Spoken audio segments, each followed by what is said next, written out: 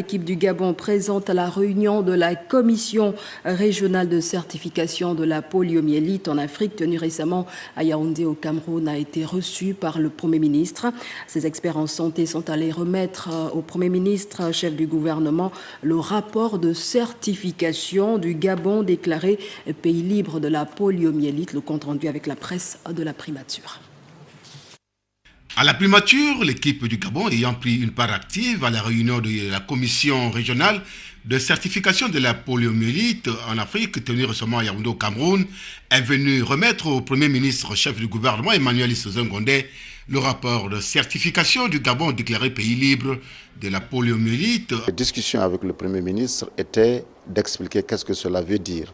Le Premier ministre a assuré donc l'engagement du gouvernement pour que ce statut soit maintenu en renouvelant encore plus d'efforts et en appuyant les efforts du ministère de la Santé et qui sont donc de maintenir une bonne vaccination, une bonne surveillance et faire en sorte que le taux de couverture de vaccination de nos enfants soit encore meilleur.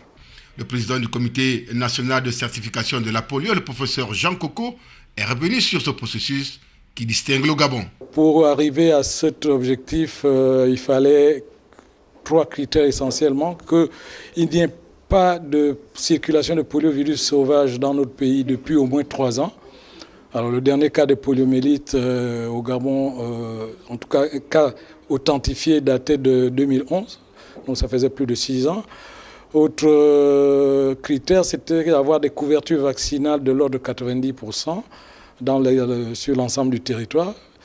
Sur ce point, on n'a pas eu des couvertures de 90%, mais la commission a tenu compte de l'effort réalisé au cours des 3-4 dernières années. Et le dernier critère, c'était surtout avoir une bonne surveillance. Notons que le Gabon a été certifié pays libre de la poliomyélite sur la base des résultats obtenus et l'engagement du gouvernement de maintenir ce statut en continuant la surveillance active et environnementale.